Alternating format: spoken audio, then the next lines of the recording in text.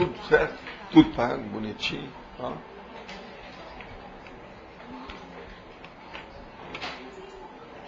Discriminar aqui a soma da passagem com a soma do... Ah, colocou tudo aí.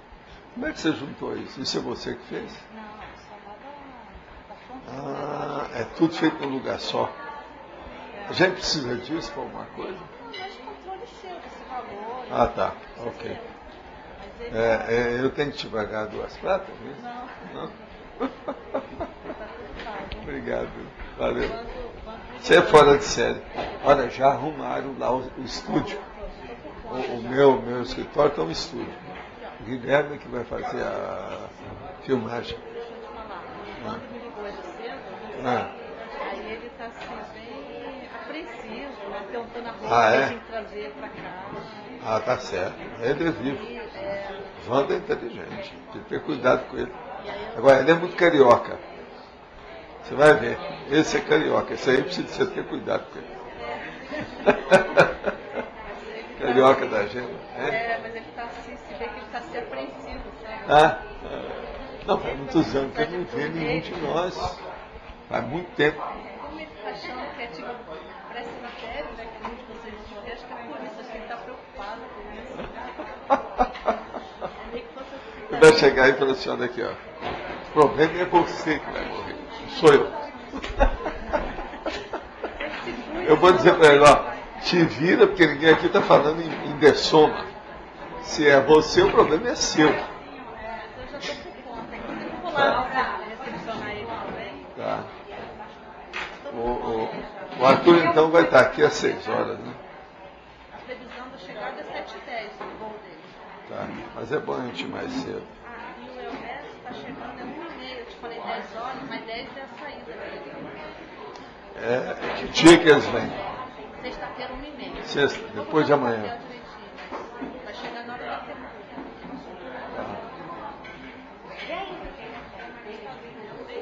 Muito bom. Obrigado, viu?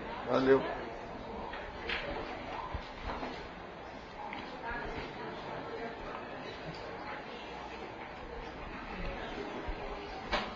A partir daí eu fui olhar nas minhas notas e fiz uma relação das personalidades inesquecíveis.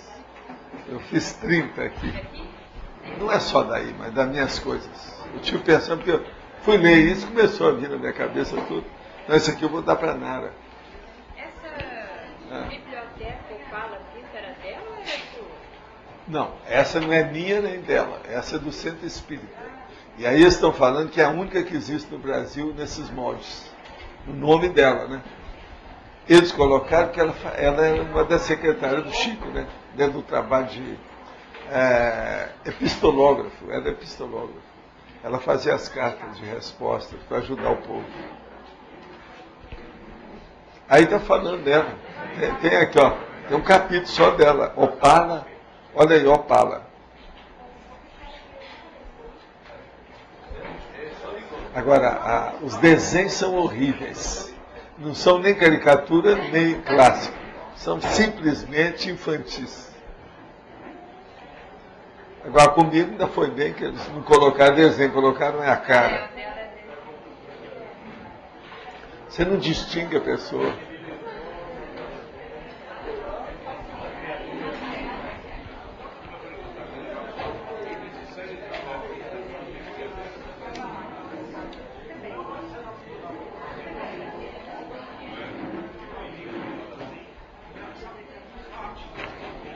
Vai esquentar. Eu vou deixar esses microfones já, né?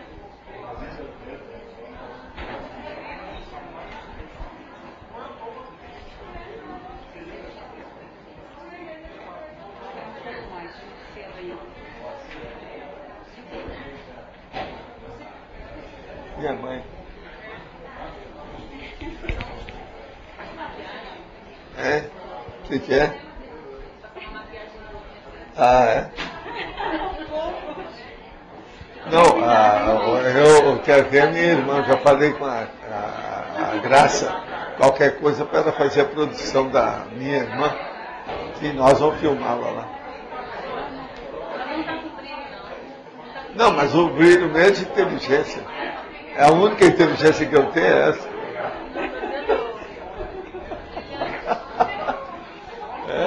Eu tenho uma cabeça brilhante.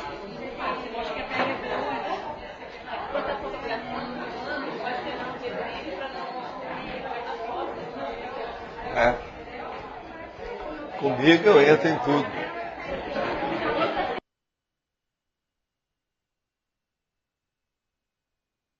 Mas então o que se passa? Se for para a graça, para olhar, se precisa fazer maquiagem nela, alguma coisa. A Carla que é um. Não sei para quê. Não sei para quê.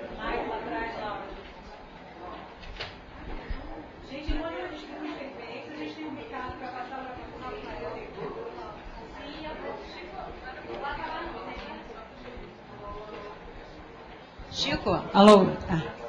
Gente, a gente tem um recado para passar para vocês. É que a partir de hoje a gente vai ter 2 microfones para vocês fazerem perguntas para o professor Valdo. Dessa forma, o que vai acontecer? Quem está online vai ouvir a resposta do professor, bem como as perguntas de vocês. Tá certo? Então, todos têm que falar no microfone. Então, vamos fazer o autodesassédio da vergonha e da inibição, porque as pessoas que estão online precisam ouvir o que foi perguntado. Tá ok? São 2 microfones, eles não podem ser desligados, então eles vão ficar ligados com esse pininho para cima. Eu vou entregar ligado, vocês não desliguem, por favor, porque tem um tempo para ele funcionar. Então, se a pessoa daqui perguntou e desligou, a que vai pegar o microfone em seguida vai demorar alguns segundos para sair o som. Tá certo? Então eu vou deixar um microfone desse lado, um outro microfone desse lado, aí vocês têm que se organizar entre vocês como vocês vão passar. O ideal, Rafael, você que está aqui na linha, dá uma olhada, vê se pode ajudar. O povo aqui, quem está nesse lado vai ficar com esse microfone e passa entre vocês. E quem estiver desse lado, Pilar, tá? Quem estiver desse lado, o microfone vai ficar circulando entre vocês, tá bom? Eu vou deixar um microfone na mão da Pilar. E um na mão da... não batam, não façam barulho. Tá certo? Deixa ligado, viu, Pilar? Sempre ligado. Já está ligado, sempre ligado. É para cima, vê se está para cima. E o outro aqui...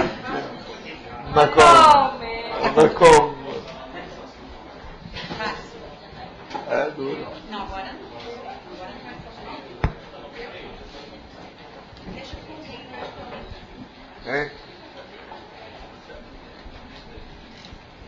Não, tá bom. Isso é uma solução lógica.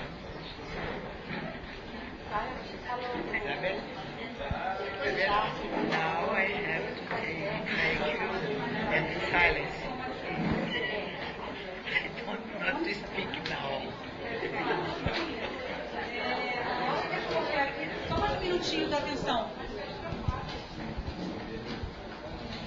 Vamos fazer o exercício de procurar respeitar a ordem, mais ou menos entre vocês, de quem levantar a mão, passa o microfone. A gente vai treinar aqui a nossa educação, a nossa capacidade de atenção no outro, convívio, porque são só 2 microfones, então vai ser na ordem que as pessoas levantarem a mão. Quem levantou a mão, a outra pessoa vai olhar, alguém vai ver, vai ajudar. Ali, aí a pessoa fala baixinho e vai passando o microfone. Tá certo? Gente, paciência, isso é até a gente ter o tertuliário. Depois que nós tivermos, nós vamos ter tantas 100 telefones, cadeiras, vai ter um. Não, são 100 telefones no tertuliário. Olha, a cada 4 cadeiras vai ter um. Então, lá vai ser uma casa de microfone. A pessoa faz a pergunta, fica com o microfone até a outra levantar a mão. A outra levantou a mão, você passa adiante. Senão o microfone também vai ficar... Pois é, então de 4 em 4 vai ter um.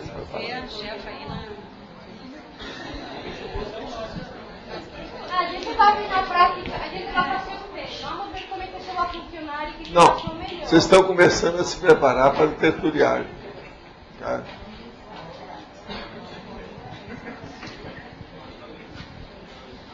E outra coisa, tá lindo? Outra coisa, ninguém vai falar sem microfone. Não pode. Então você vai ter... Arlindo, é você, Arlindo. Mas como? Agora, ó. Você hoje está sentado perto dela, você está perdido. Escuta, você bate para nós? Muitas graças.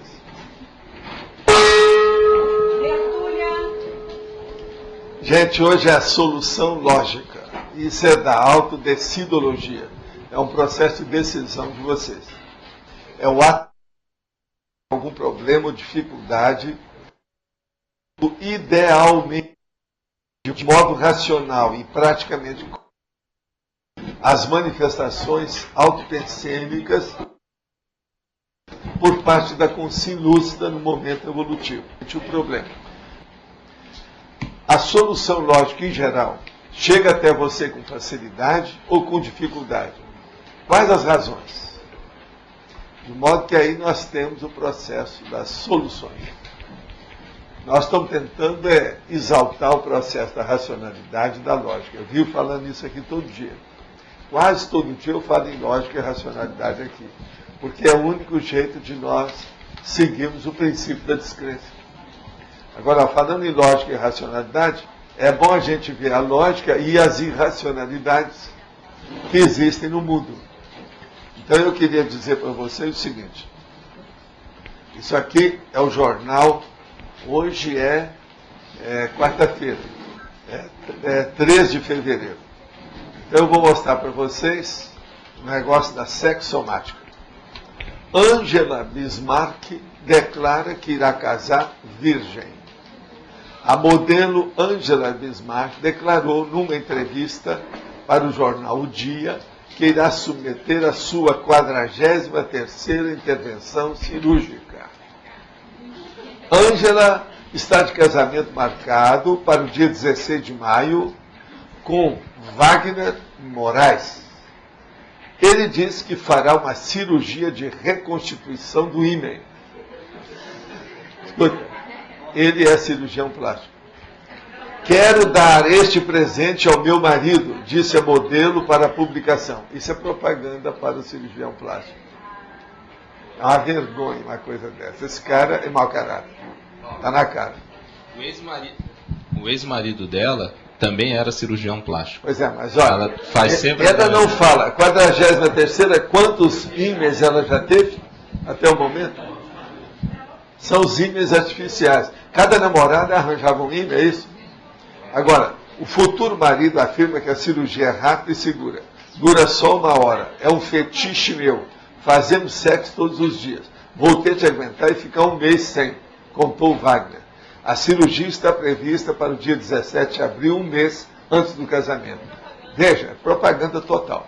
Ângela promete uma cerimônia fora dos padrões tradicionais. Agora, não está falando se é cerimônia para ver o processo do ímen. A união do casal será celebrada na cidade do Samba, no Rio de Janeiro. E a noiva chegará em cima de um carro alegórico. Não sabemos se vai ter um bisturi. Uma outra coisa.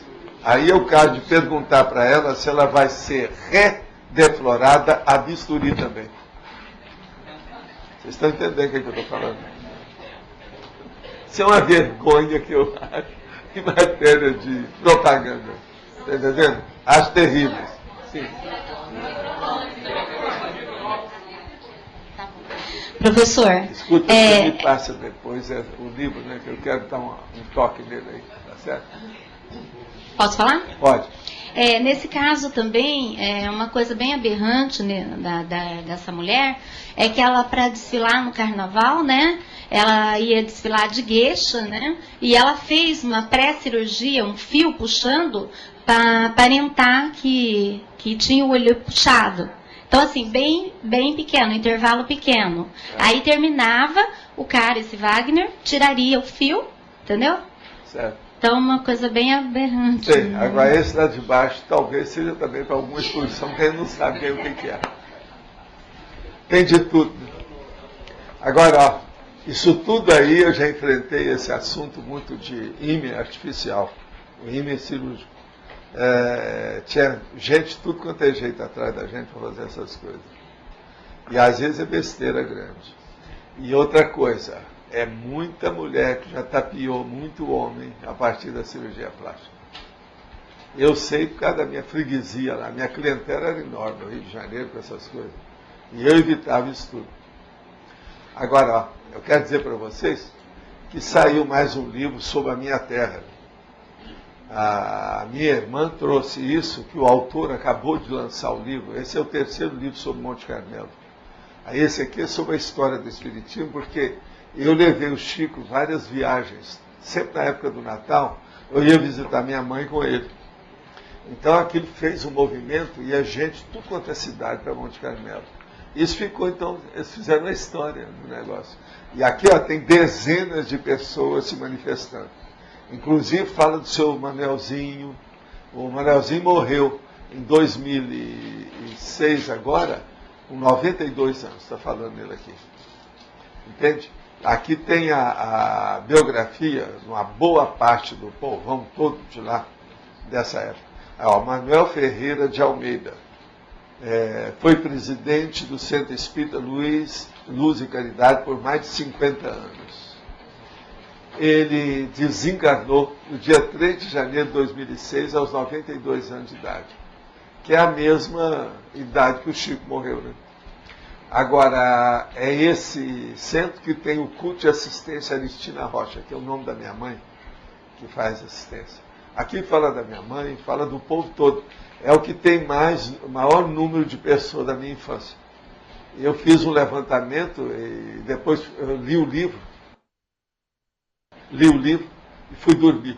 Apareceu um monte de gente desse povo. Todo mundo me somou. E nada passava Você lá. faz Até hoje o livro é um problema sério. Parece que lá está só com 45 mil habitantes. A minha irmã chegou e eu perguntei para ela, como é que é?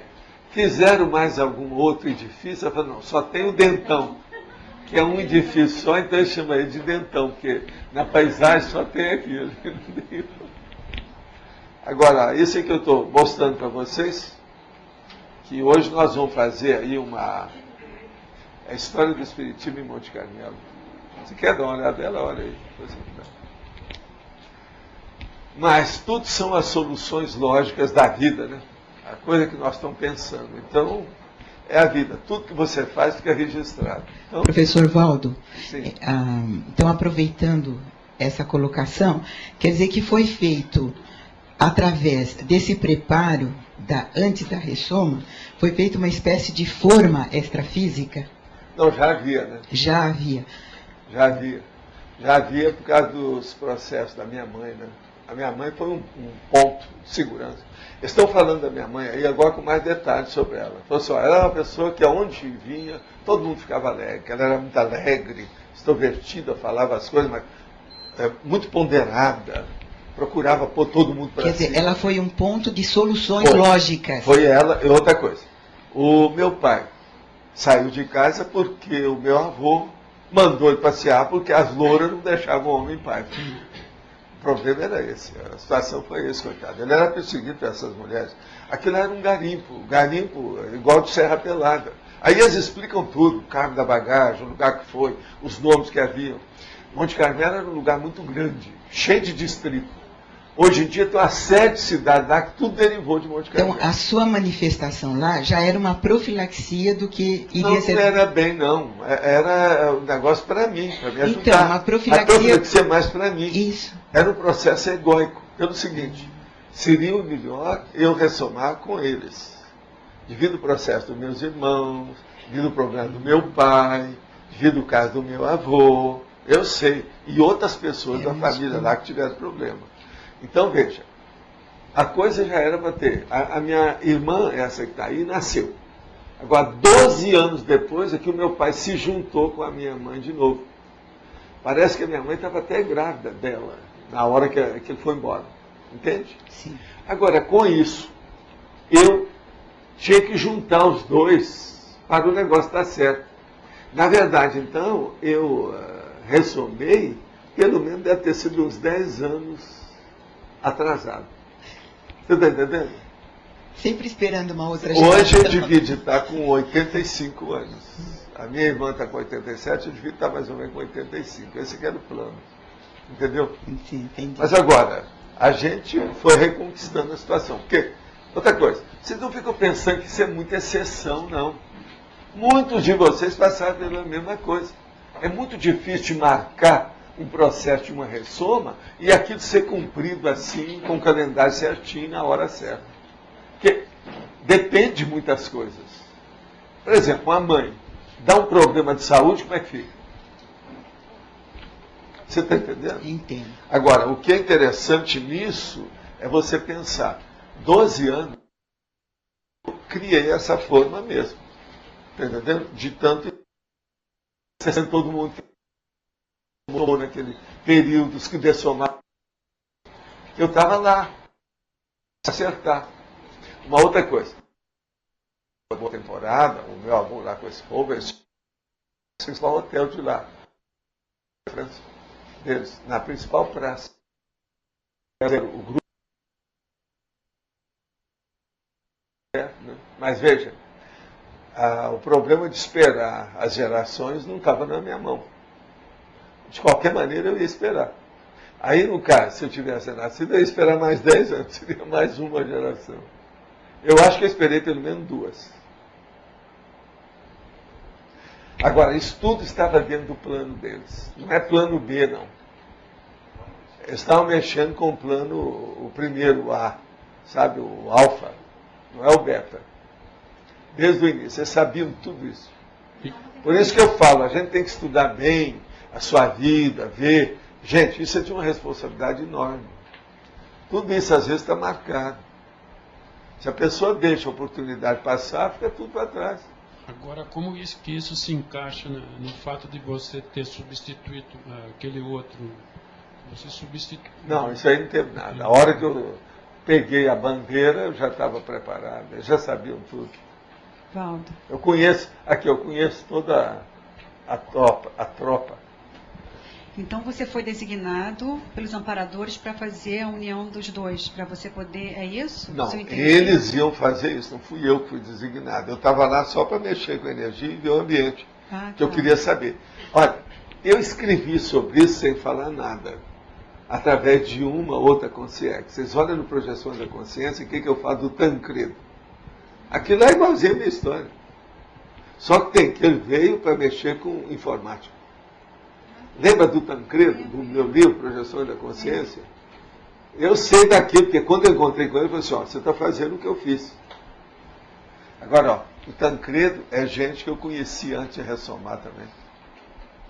Muito antes, o negócio já vinha de muito tempo. Agora, nós todos estamos entrosados. Ninguém está encontrando alguém pela primeira vez. Tudo é coisa muito antiga. Fronteira, vocês sabem, é coisa à toa. Vocês aqui em 10 minutos, vocês não estão no outro país? Atenção. Esse negócio de ter nascido em outro lugar, outra coisa, tudo é secundário. Olha o caso da excelentíssima senhora professora Dona Laura. Não é isso? É isso. Laura Sanches. Eu gostaria de saber por que você teve que nascer numa família de artistas, que você comentou no domingo, que todo mundo canta música. Não é porque eu quis. Isso aí foi a minha aprovação. Não é isso? Minha aprovação, falando para ela. Não, mas deve ter um motivo mais sério. O motivo é a afinidade com essa turma. Está entendendo? É o caso da minha mãe, o processo do meu pai, o processo com o meu irmão, que depois viria, o caso com essa minha irmã. Você não acha que eu tenho afinidade com a minha irmã e ela comigo? Nós nunca tivemos uma desavença em nada? Não é esquisito isso? Nós não vivemos tanto juntos, mas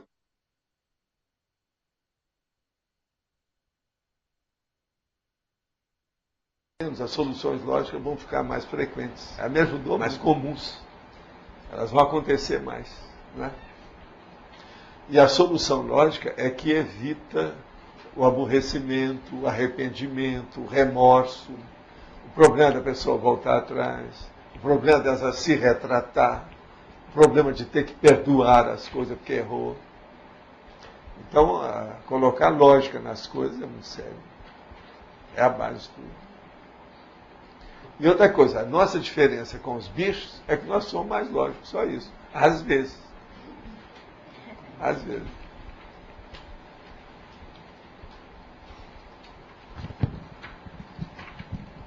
Professor, aqui na folha 9, no antagonismologia, qual é a relação do antagonismo atenção-desatenção com a solução lógica? Escuta, como é que você vai solucionar alguma coisa com lógica se você não tiver muita atenção? Se você for desatento, não vai ter lógica nenhuma. Pelo menos vai faltar alguma coisa. Então o processo de atenção é básico. Divide o problema da concentração. Primeiro você tem que concentrar, agora depois você tem que estar atento àquilo que você faz, para chegar numa solução que seja lógica, senão não vai dar. Não tem lógica isso para você? Agora, ó, eu não sei, João Paulo, que eu vivo falando aqui, na questão dos nossos atributos da consciência, os mentais, os psíquicos, mentais somáticos, tudo começa pela concentração. Em segundo lugar, a atenção. Em terceiro, é a atenção dividida. Ainda é pior ainda. Então, se um assunto é muito complexo, ele abrange um universo maior, está entendendo? Você precisa de ter atenção dividida para ver os detalhes. Senão escapa. Não vai ter solução lógica. Vai ter uma solução incompleta. Se ela é incompleta, ela não é lógica. Ela tem que satisfazer a todas essas condições. Está claro isso para você? Bom. Na fatologia, quinta e sexta linha, as decisões de destino.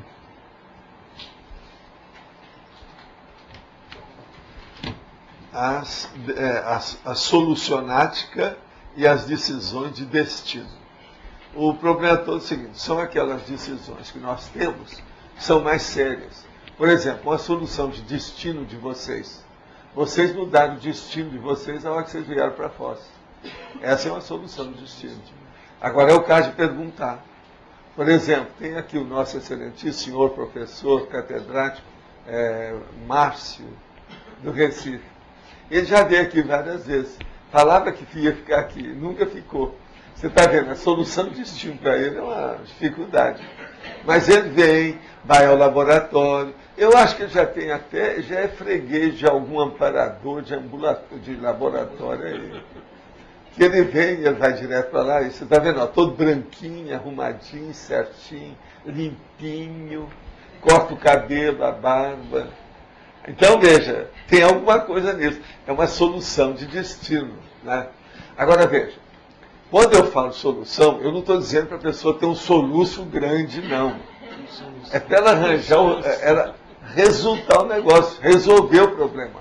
É uma resolução, não é um soluço grande. Agora, parece que o Márcio, ele, de vez em quando, ele tem um soluço, que é o singuto. Né? Deve ter alguma coisa nesse sentido. A outra coisa é o trinômio. Que existe só um trinômio, né? Da contingência, contexto e conjuntura. Isso. Então, é uma literação. Contingência, contexto, conjuntura. Você quer falar sobre isso? Você é especialista em conjuntura e principalmente do contingenciamento. Contingência, contexto, conjuntura. Lá no fundo, tudo isso parece a mesma coisa, mas não é. Então você veja, a contingência é a própria, vamos dizer, o cenário e, vamos dizer, o cenário da sua vida naquele momento evolutivo. O contexto é o que é que está desenrolando nesse cenário. E a conjuntura é um cenário com contexto dramático ou não? Qual o nível do drama nisso? Vocês estão entendendo o nível que eu estou falando aqui? Agora, é uma literação que é com. Você está entendendo? Eu chamo a atenção para a pessoa. Isso aí é didático. Pela forma, a pessoa não vai esquecer isso mais. Ela vai ver que tem uma relação com a outra. Então, vocês entenderam, né? Ó, vou repetir. Contingência é uma condição, o drama está armado. O cenário está aí, que é o contexto. Então vem a contingência. O que é que vai desenrolar nesse cenário? Isso é a conjuntura. A vida é um palco. Veja bem, a vida é um palco. Nós somos atores.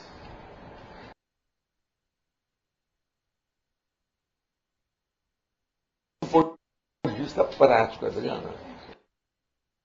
Do ponto de vista pessoa, na verdade, a vontade é que é o primeiro, porque é o que determina, é a força desencadeadora, detonadora.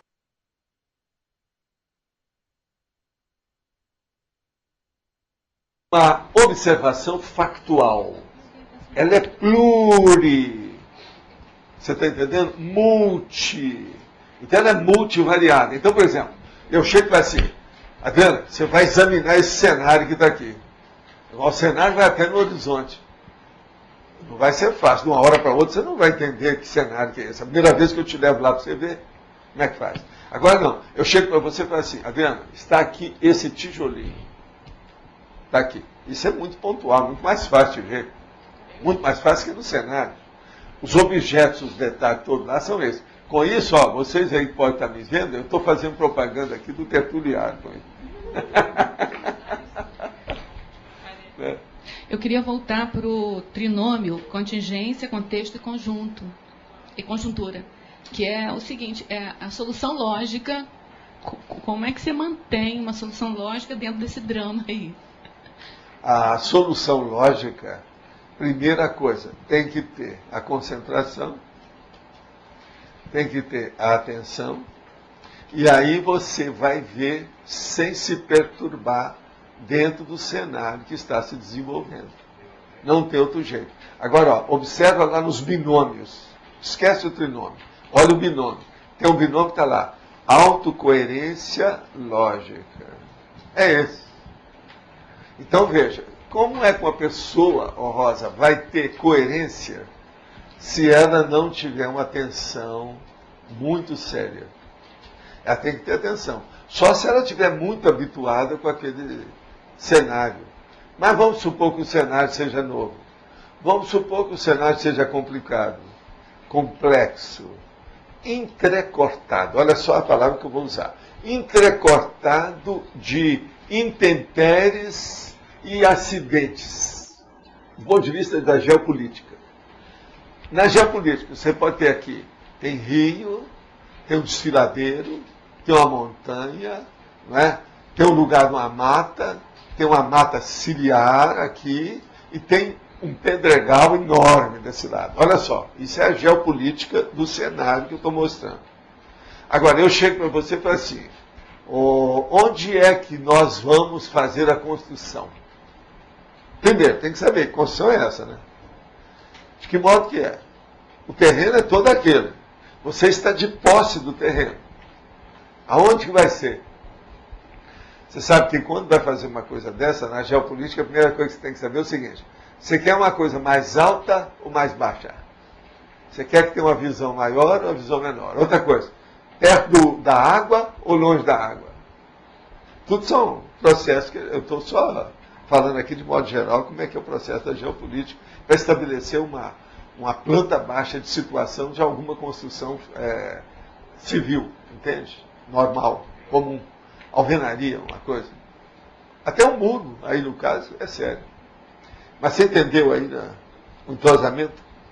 Agora, vamos voltar então agora ao trinômio. Contingência. Olha, vocês têm aqui até a semana que vem para decidir se vão construir ou não lá. Isso é a contingência. Já houve uma imposição de fora para dentro. A situação está lá. Agora aí vem. É o contexto. É esse exame que você tem que chegar lá e ver o cenário. O que tem? E aí, a conjuntura. É uma conjuntura. Não, ó, eu preciso de um rio. Eu não sei se vocês vão querer que fica perto do rio ou longe. Como é que é? Outra coisa. De que lado que é que você quer que entre a janela da casa? Por causa do sol. Como é que fica isso? Você está entendendo? E por aí vai. Agora, o contexto todo, vocês lembrem sempre, quando isso aqui é uma experiência que eu tenho de rapaz. Quando eu estava no ginásio.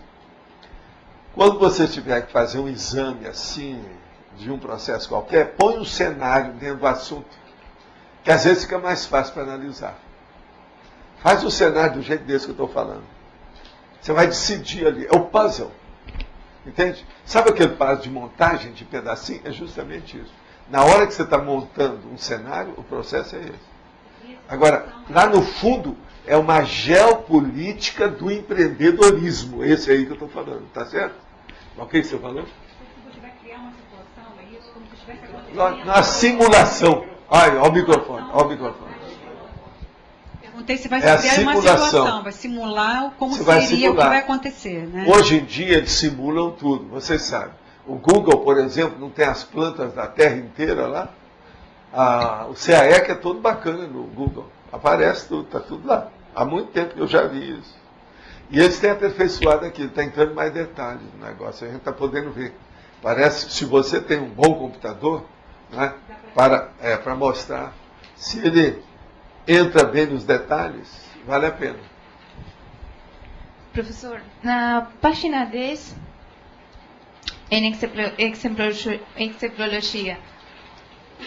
Qual que é mesmo que você está falando? Exemplologia. Tá. A solução lógica aquisitiva. Pode falar mais sobre isso? Solução lógica aquisitiva. A conquista pessoal de algum feito evolutivo. É a hora que você sai vitoriosa de alguma coisa. Por exemplo, você conseguiu fazer TENEPS e já passou 6 meses. Você é uma vitoriosa. Saiu bem. É um feito. É uma façanha. Você logrou uma conquista. Alcançou aquilo. Entende? Entende? É um grande...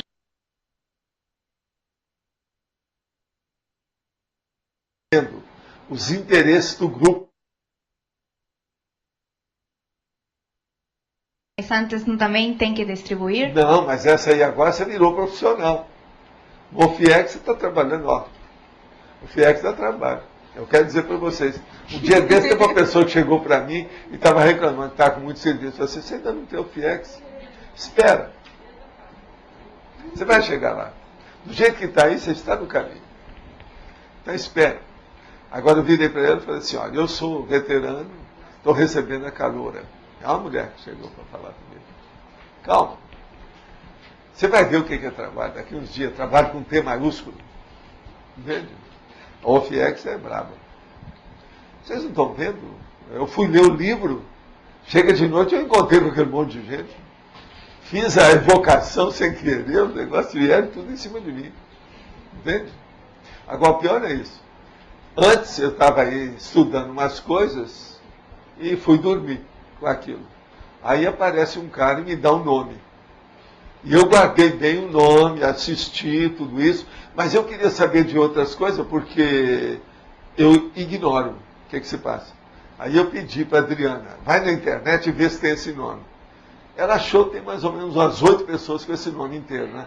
Mas não é nenhum daquele povo. E o meu já morreu. Agora, eu queria saber se tinha alguém que estivesse falando de algum indiretamente no nome dele. Mas não tem. Eu desisti, deixei para lá, né? Se eu tiver que saber, vai aparecer qualquer coisa. Agora, o nome, pelo menos, existe. Agora, por isso que eu falo, a pessoa vê alguma coisa num sonho e vem aí e acha que tem aquela pessoa. Precisa de ver com calma. Às vezes, tem muito nome. Agora, eu vi o nome e o sobrenome. E a gente achou na internet, tem uns 8 ou 10 ali com esse nome. Tem 12 diferentes. Então, tem 12 pessoas com o mesmo nome. E outra coisa, não é um nome comum. Não é um nome comum. Sim. Walter, quais são os maiores impeditivos da solução lógica? Olha, eu já escrevi um verbete que eu vou trazer para cá. Chama-se intempestividade.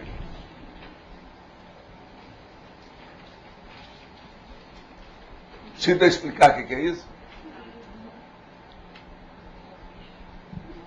É a pessoa que é afobada, fadigada. Seria bom é o assodamento dos políticos de Brasília. Há muito assodamento. Quer dizer, a pessoa precipitada, impulsiva. Ela coloca o carro adiante dos bois. Aí não tem lógica. Entende? Ela fica muito ansiosa. Agora, ó, isso aí pode ser a síndrome do ansiosismo, a síndrome da dispersão consciencial. Tem uma série de coisas. A síndrome da mediocrização. Tudo pode ser isso. Eu acho que você devia fazer mais um microfone e dar para o Arlindo. Professor. Eu queria saber a solução lógica, por exemplo, a nível do evoluciólogo.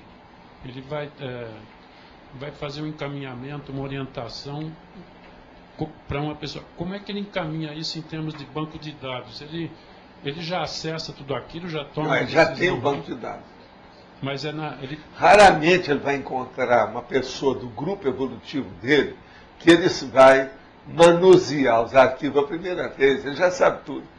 Mas aquilo está na holomemória dele, na memória? Não, em parte. Eu não acho que tenha tudo. Que é preciso ver o universo, vamos dizer, do cadastro dele, né?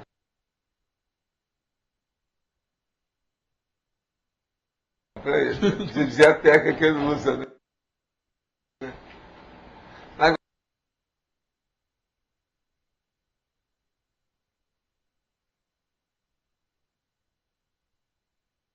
Valdo, eu não dei uma dentro.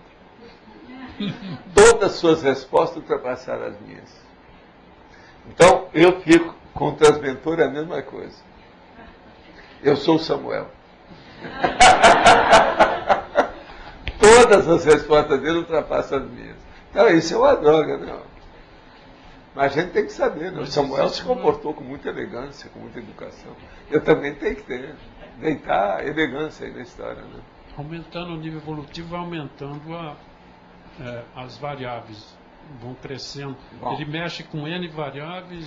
Mas veja, fica cada vez melhor, porque ele tem mais, o universo expandiu, ele tem muito mais elementos de juízo crítico.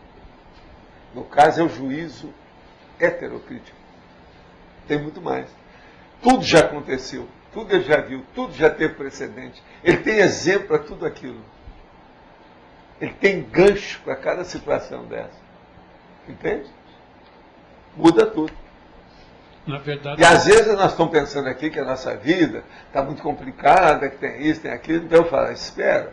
Você vai chegar lá, a tendência vai ampliar tudo. É duro ser coletivo. A pessoa só é coletiva quando ela deixa o egão. Ela começa a ser coletiva. Gente, quem quiser falar, levanta agora o microfone. Levantou a mão só e eu não vou ver, tá? Levanta o microfone, que aí eu sei, não fica mais adequado. Professor, eu gostaria de entender aqui por que a solução parapsíquica que está na antonimologia, por que ela está aqui? Se ela envolve também a racionalidade... A solução parapsíquica é pelo seguinte: você não acha que é muito difícil uma solução física, humana, nessa dimensão? Tem soluções terríveis. Olha o governo como é que sofre. Agora, se aqui é complexo e difícil, pensa bem numa extrafísica. Então a solução parapsíquica nunca depende da gente. Ela não é uma solução igual à nossa. Ela é diferente. É aqui que nós estamos falando, por exemplo. É uma solução que às vezes diz respeito ao evoluciólogo. Não está na sua mão para decidir. Então ela tem que ser diferente dessa. Por isso que está lá na antonímia. Hein? É lógico, mas não, ela deve ser até paralógica. E olha, paralogia, às vezes, ela pode ser negativa para nós não vamos entender isso. Então, é uma coisa que eu quero mostrar que é diferente. O que eu estou falando aqui é a solução material, básica, aqui, ó, daquilo que a gente precisa. Essa que é a solução que nós precisamos mais. Então é só olha lá, vamos agora comparar. Sinonimologia, solução ideal e solução racional. Aqui eu não estou falando que é solução parapsíquica. Sim, mas a parapsíquica é o contrário. A solução parapsíquica ela também envolve a racionalidade aqui. Envolve, mas não é o que nós estamos chamando a atenção. Se nós começarmos a ter soluções ideais no nosso dia a dia, no arroz com feijão nosso, no ramerrão, já está ótimo. É porque essa solução parapsíquica, eu não posso esperar isso muito de vocês. Posso? Ou não, posso? Ainda não. Quem é que quer levantar a mão para saber quem é que eu posso? Da minha parte ainda. Não, nem no meu. Nem no meu também. Nem no meu também, não. Eu acho que a solução parapsíquica de alto nível já é serenão. envolve muita gente, é muita dimensão, ninguém sabe. Gente, esse negócio de multidimensionalidade não é coisa simples. Agora, ninguém escapa. Nós estamos dentro disso e não podemos fugir. Não dá para substituir. Já pensou eu chegar aqui e falar lá com a Arlindo, Arlindo, eu quero substituir minha dimensão, não quero ficar nessa, quero outra.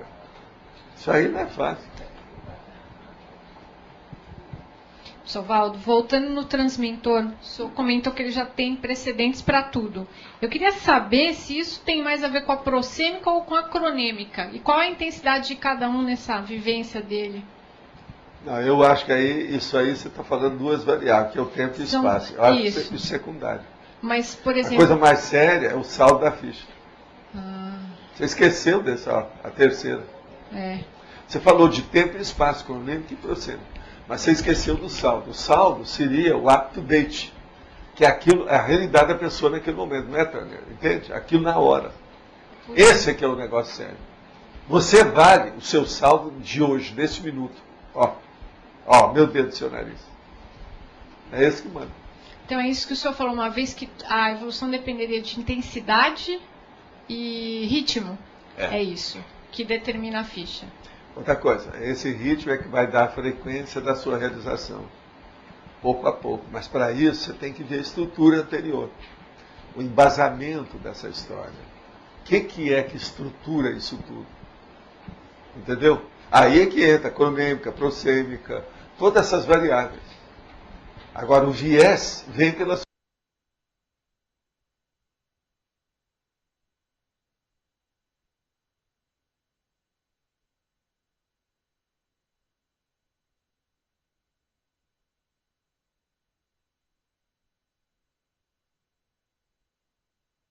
Você tem que solucionar fazendo essas três coisas.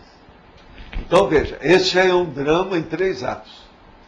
Tá certo? Aquilo que eu estava falando do drama, já é um drama em 3 atos. É um terceto. Tá certo? É o jeito. Não tem saída. Agora, para nós, eu acho que vocês vão ter que pensar isso sempre. Então, por exemplo, pensa bem. Qual foi a última grande decisão que você tomou na sua vida? Do ponto de vista da interassistencialidade, aquilo envolvia interassistencialidade ou não? Se não envolvia, estava correto? Não faltou nada? Vale a pena ver isso. Isso é finório. É a finesse que eu estou dando para vocês em matéria de análise. Isso é, Flávia, isso é da conscienciometria de alto nível, aqui dentro do nível que nós estamos falando. Tem o contexto grupo kármico, né? Então você tem que avaliar essa questão para poder estar falando. E outra coisa, o grupo karma que eu estou falando não é o consanguíneo. Não. São todas as famílias. Lembre daquele monte de família que nós temos. Família consanguínea, a família, vamos dizer, pedagógica, da escola, a família da profissão, depois você chega, a família do clube que você tem, a sua segunda família, que é a família da dupla evolutiva. Entende? E outra coisa, existe outra família mais brava. A família consanguínea da sua companheira. Essa só já tem 6 famílias, até o momento. Agora, depois, tem uma coisa, você veio para fora. Tem a família consciencial, que é a cognópolis, somos nós. Já pensou que eu sou da sua família? Você tem que me aguentar? Não é fácil. Então, como é que fica? Essa seria a 7ª família dentro dessas que eu estou falando aqui. Tá certo? Professora, e como consciex, lá no curso emissivo, como é que seria a solução lógica? Isso aí já é muito fácil, porque lá você tem tudo para pensar, o ambiente é favorável, não há interferência de assediador muito grande, está entendendo? Só tem muito alto assédio. Porque o alto assédio, ele sobe, levanta poeira, mas não tem de fora. Então você pode decidir com muito mais facilidade. Agora, outra coisa, lá você não pode fazer muita coisa, só fica de observação, etc. Mas ainda não pode, você tem que fazer, por exemplo, a macarronada. Mas não tem a mão na massa ainda. Então só fica pensando, não, o macarrão vai ser assim. É macarrão parafuso que eu vou fazer, por causa disso, mas não resolve. Você não tem a massa. Então é muito teórico ainda, teórico. Preciso chegar nisso. E aqui é que a gente tem que ver a coisa, é na hora. Então muda tudo.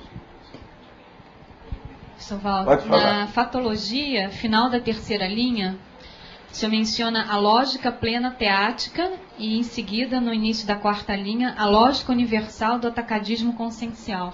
Você pode aprofundar esses dois conceitos? A lógica plena teática é a hora que você tem que ter uma solução para o seu processo, mas vendo a parte teórica e vivenciada. Isso, às vezes, é importante.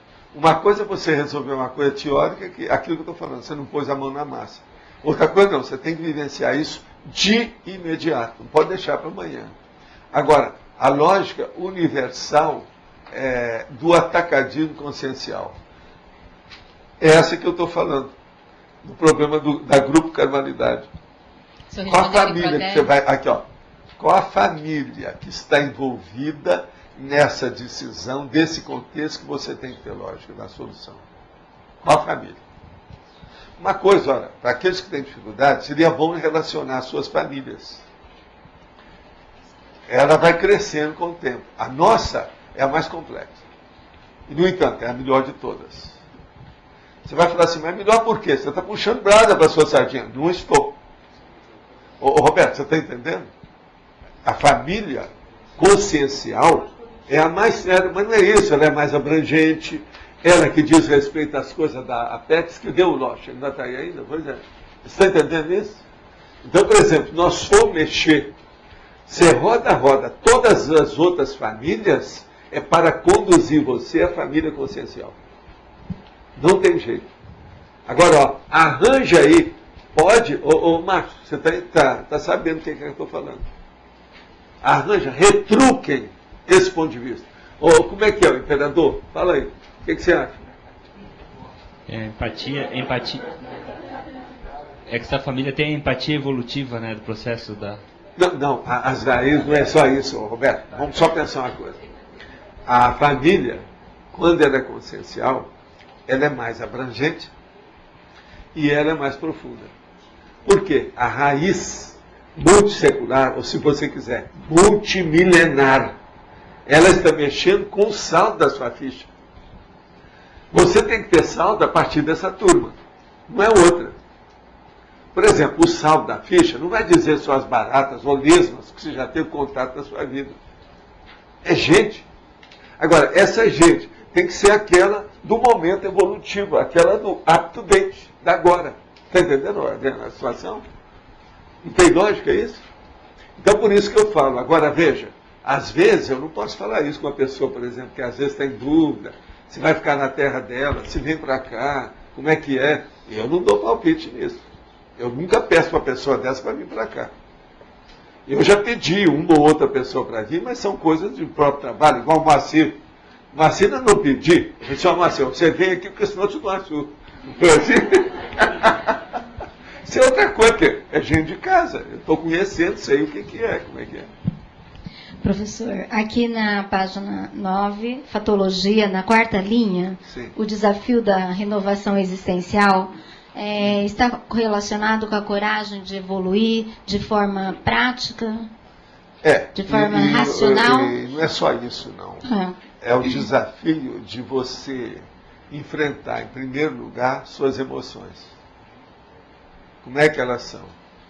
Segundo, depois que você enfrentou as suas emoções, já colocou cada coisa no seu lugar, tem o problema da reciclagem dos seus hábitos.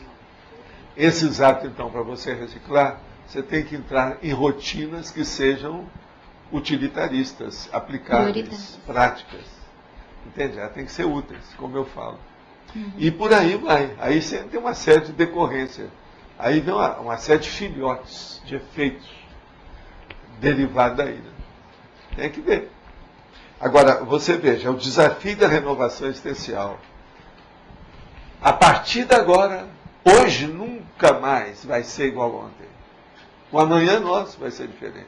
Então, isso muda tudo. Isso pega a sua vida em tudo. Uma pessoa, por exemplo, uma boa parte, a Cristiane Ferraro sabe dessa história, porque ela vê muita gente que vem para cá.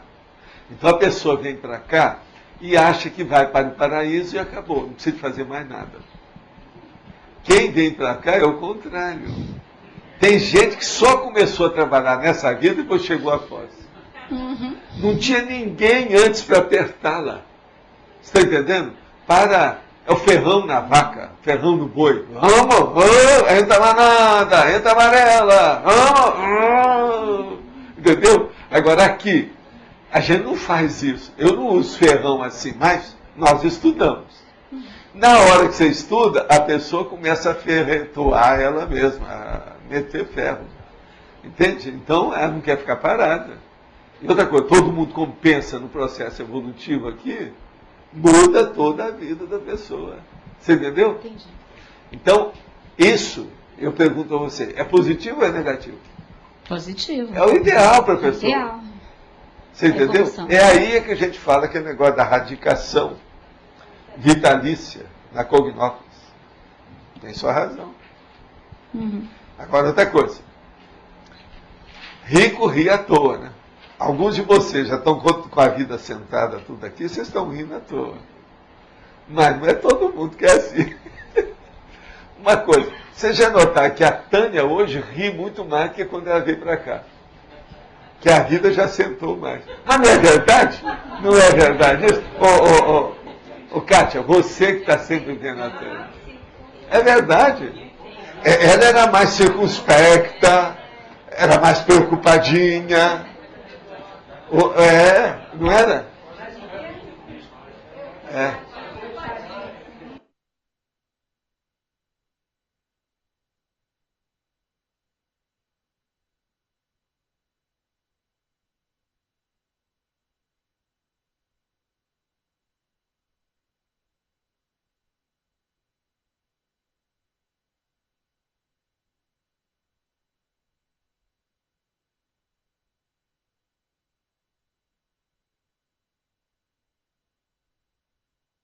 E ele agora parece que voltou para Foz e vai ficar aí. É para valer mesmo, né? Eu confio nele porque ele, Vocês lembram daquele negócio que eu falo, que eu sou uma pessoa que tenho o processo do calculismo? Ele é muito calculista. Vocês viram como é que ele chegou aqui? Não. Vocês não viram o carro que ele tem um carro, ele dirige um carro. Mas olha, vocês viram ele sentar ali? Não. Depois você tem que dar um show do como é que você é para esse povo, porque esse povo não está te entendendo, né? Eles vão te ver, né? Você vai aparecer agora nessa estrutura de vez em quando, não vai? Isso é gente boa, é de casa, meu amigo de muito tempo, tá? Ele sempre vem, conta comigo lá embaixo e vai embora. Ele quase sempre está aí, muita gente não conhece ele por causa disso. E ele estava fora de Foz. E agora ele veio mesmo para valer. Mas, é fora de série, meu chefe. Hein? Agora, o problema todo, fala seu nome inteiro para eles e o que você faz. Fala. Cadê o microfone? Agora, gente. Não, já. Agora, ele é a pessoa mais alta que tem aqui. Boa tarde a todos. Meu nome é Clóvis Batista Sansigolo. Eu já conheço o trabalho do professor e de algumas pessoas, né, que estão presentes aqui.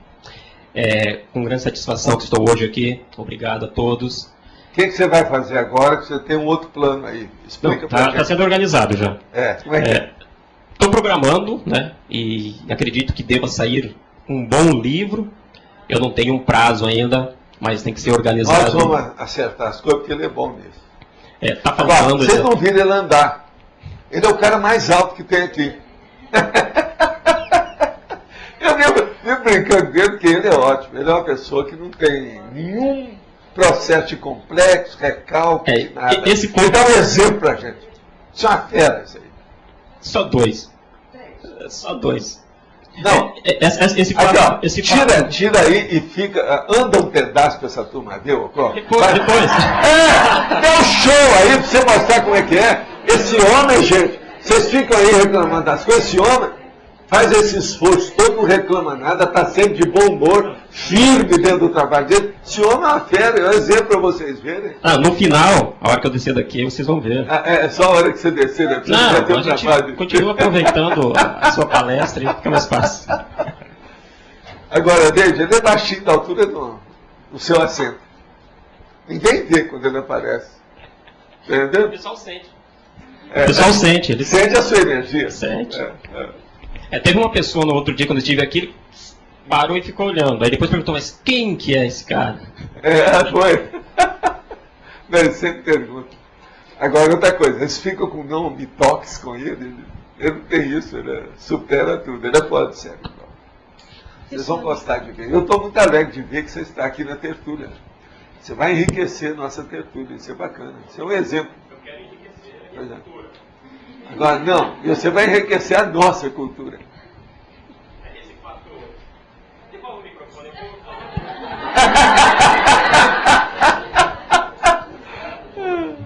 Não, porque o fato do que o professor falou em relação a não convidar as pessoas a vir para Foz, ele me convidou uma determinada vez.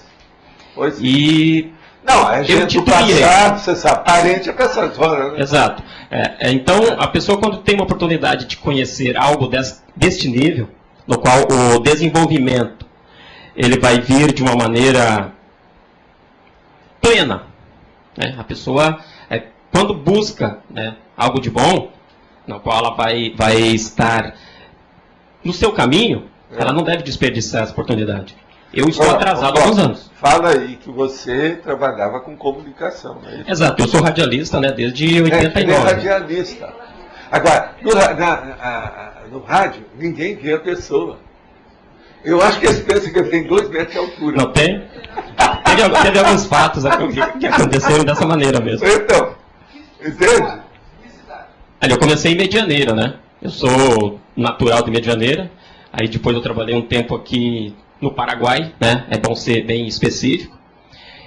Mas trabalhei com outras profissões também, né? Vendedor, fui cobrador, escritório, agora, área de recursos humanos. Qual é o carro que você tem hoje? Qual a marca? Eu estou com Fiat hoje. Ele é adaptado? É o mesmo sistema, exato. O mesmo sistema seu? É coisa simples. É adaptado para ele, então tudo dá certo. É um sistema simples que favorece, né? Favorece bem, né? Bastante. Há 20 anos já que uso a mesma maneira, né? 20 anos, viu, gente? Tá certo? Isso é um exemplo aí, ó, para muita gente que eu conheço. Né? Tem gente aí que qualquer coisa, se parar com isso. Né? O Clóvis é bom, qualquer coisa eu vou pedir para o Clóvis para dar uma audiência para certas pessoas, ó.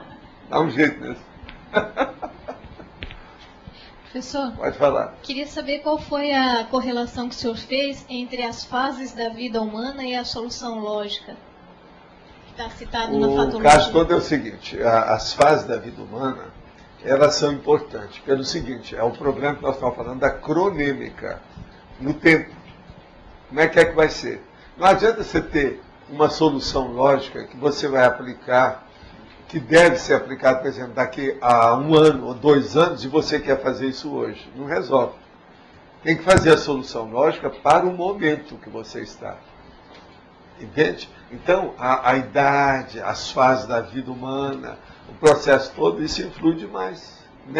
É o contingenciamento, né, o cara, até um certo ponto. É o contingenciamento da pessoa. Naquele momento, é isso. Então não adianta você ter uma bela solução para daqui a 5 anos. Interessa ter uma solução para agora, já, aqui. Não é para amanhã. Então a coisa muda tudo de figura. Tem lógica isso para você? Faz sentido assim? Tem. Obrigada. Professor, o senhor comentou ali o concessiograma como manual das soluções, né? Então, a melhor maneira de tomar uma decisão é você entendendo muito bem você mesmo também, né? Vamos perguntar para a Flávia, que está estudando isso. O que você acha, Flávia? Eu acho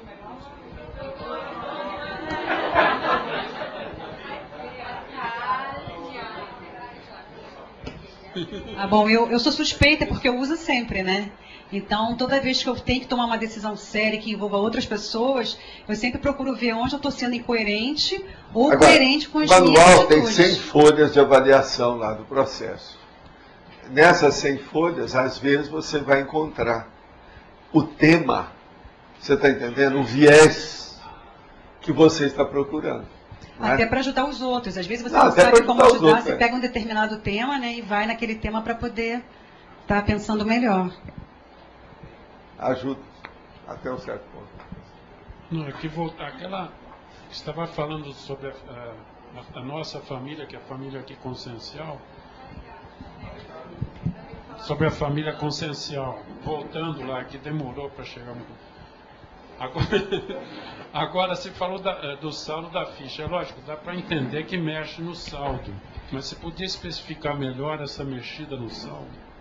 O caso é o seguinte, na hora que você consegue, o que eu estava falando aqui, por exemplo, uma conquista, uma façanha, que eu estava falando aí para a Natália, isso aí, conforme o tipo dessa façanha, vai mudar seu saldo. Pensa bem, uma pessoa fez os 6 meses da TENEPS e saiu bem.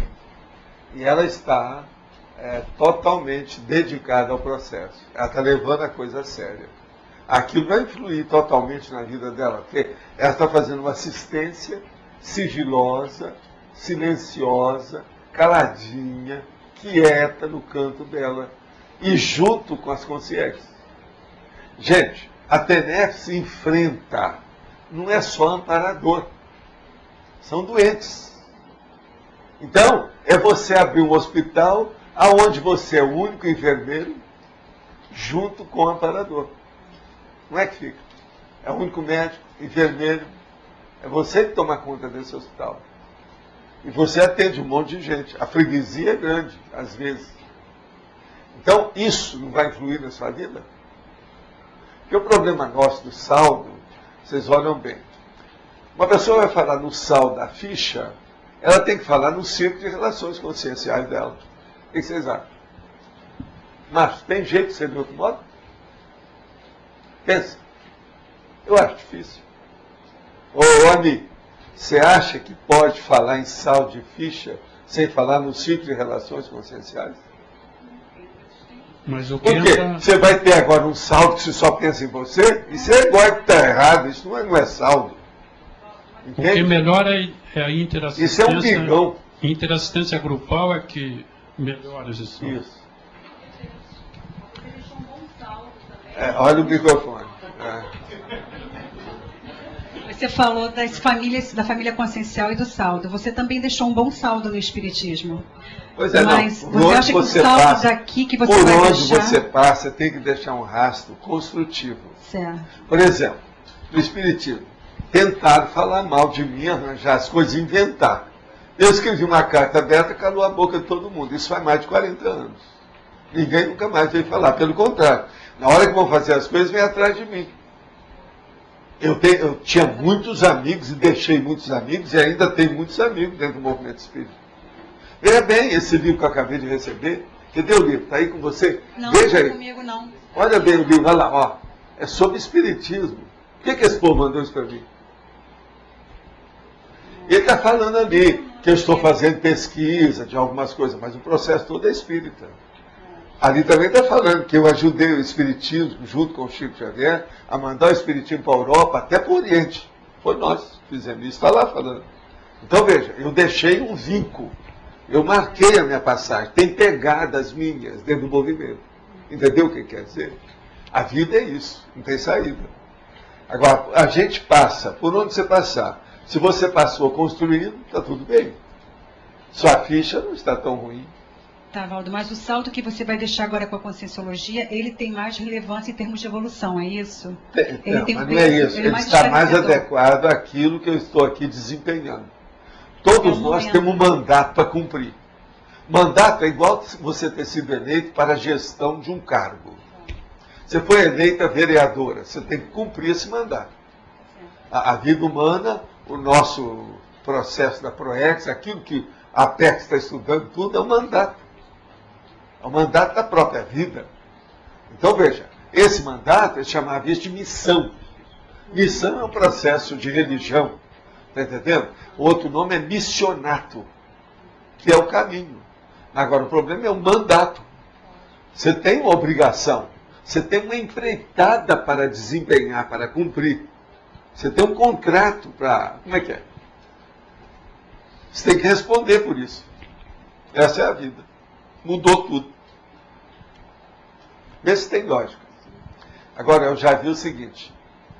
O microfone vai curar todas as impulsividades de vocês. Não, não é só isso. A pessoa começar a falar, ela vai. Esse microfone, do jeito que está aqui, esse ano, vai ajudar uma solução lógica, prática, para o processo. Entendeu? Professor Valdo, o vínculo é mais ideológico na família consciencial, nós podemos dizer isso? Não é bem ideológico, não. O vínculo é mais profundo, abrangente e evolutivo. Muito mais sério que isso. Então, cosmoeticamente falando, o mais sério é o consciencial. Outra coisa. Pondera comigo. Mas o que mantém essas pessoas próximas? Escuta, pondera comigo. Você não acha que você só atingiu a nossa família consciencial depois que você sossegou, pelo menos de uma maneira regular, razoável, eu não estou dizendo tudo, mas de uma maneira razoável, as outras famílias? Sim. Acabou. Acabou. Com isso, acabou. Então, por aí você vê que a família consciencial é mais séria. Ela exigiu muito mais. Você teve que passar por tudo isso para chegar aqui. Agora, é duro, né? Você, a grande artista, chega aqui e encontra.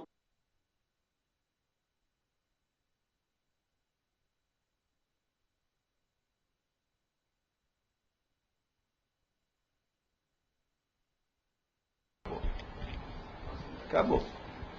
Com isso, acabou. Então, por aí você vê que a família consciencial é mais séria.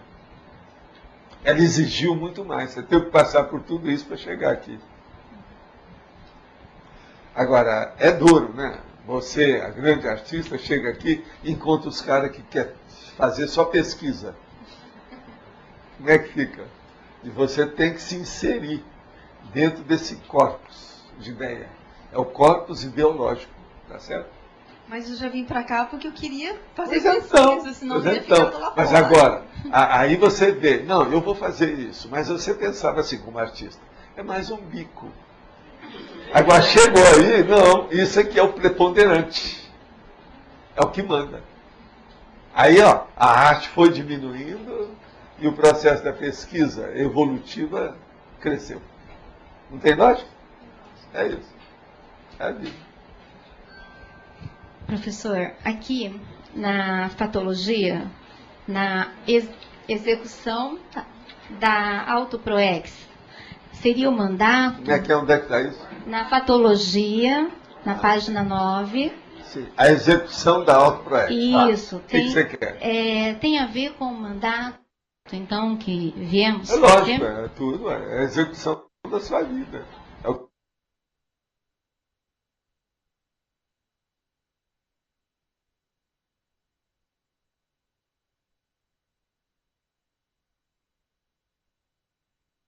Proex.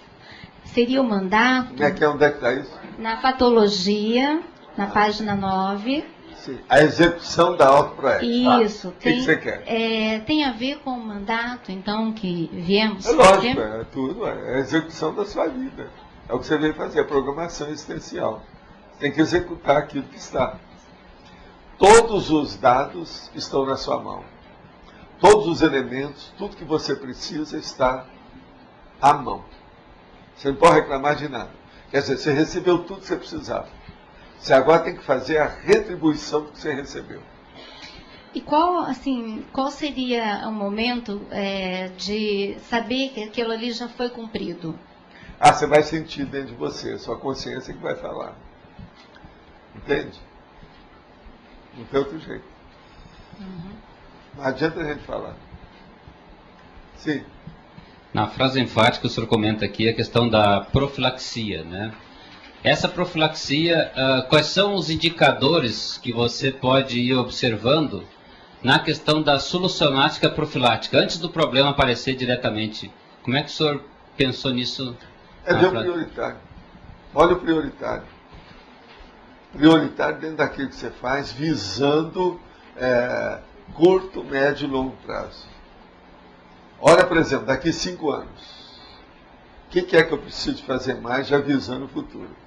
Hoje eu tenho que começar certo. É aquele negócio que eu falo. O caminho é por aqui. O seu primeiro passo tem que ser nesse rumo. Você não pode andar para cá. Isso é profilaxia. Então, se não, faz aquele caso da montanha, que é muito pior. Os caras trabalharam muito tempo para ver se fazia o acesso à montanha desse lado. Mas eles não examinaram a montanha toda, todos os flancos. Que é aquilo que eu falei com o nosso lá, ó. Ele tem que examinar e arranjar um outro flanco lá para fazer as pedras, tirar a pedreira. O flanco, o nome seria o flanco. Agora, se ele escolher um flanco, que é o viés da montanha, é um lado da montanha, está entendendo? Se ele escolher um ângulo da montanha e não viu o que é que tem no outro, a hora que ele chegar lá em cima, o povo já tinha alcançado, lá acessou pelo outro flanco, muito antes dele. Ele perdeu tempo com aquilo. Então isso tudo é profilaxia. Uma outra coisa, existe em qualquer coisa que você vai fazer, e dentro do processo da vida da gente, para chegar a uma solução, tem que ver a viabilidade das coisas. Viabilidade física, econômica, industrial, comercial, do ponto de vista, por exemplo, de pessoal propriamente dito, tem que ver se aquilo é viável. Isso é prático? É funcional? Eu sou capaz de fazer isso? Dentro dos elementos que eu tenho e as posses que eu disponho, eu sou capaz de desenvolver esse empreendimento? Então, a gestão aí, que a gente vive falando de gestão, o processo de empreendedorismo, dentro do processo da solução, ele tem que ser lembrado sempre. O que adianta uma solução que não vê o essencial? Isso não é solução. Porque nesse caso nem chega a aparecer o problema, você já está Você tem na que frente. calcular, isso é a teoria. A teoria, justamente, a profilaxia, ela entra em primeiro lugar na teoria. E só pode ser assim. Agora, ao passo que vão acontecendo, os pepinos vão se arrebentando, os abacaxis vão acontecendo, os conflitos vêm, as crises de crescimento aparecem, você muda o processo da profilaxia e também a sua programação. Uma outra coisa, lembre-se que tem um princípio para isso. Qual que é o princípio? Os fatos orientam a sua pesquisa. Os fatos orientam as suas resoluções. Você não pode estar baseado em fantasia. A vida não é assim. Agora, veja, a vida moderna está criando muita fantasia na cabeça dos outros.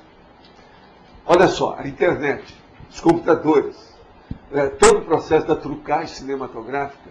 Hoje, raramente você vai ver um filme que ele seja natural. Tudo aquilo é truque. Eles mudam a cena, fazem o que quiser com aquilo. As personagens, coloca bicho falando com você. Isso tudo é ilusão. Então, isso é uma dificuldade. Por quê? A pessoa tira os pés de cima da rocha. E ela então não fica com o mental soma no colo. Ela fica com o mental soma no buraco. Porque não tem lógica. Então, essa fantasia está levando muitos adultos a ficar criança, né? São crianças muito inteligentes, que dominam muito a computação, a comunicação, mas são crianças. O problema é esse.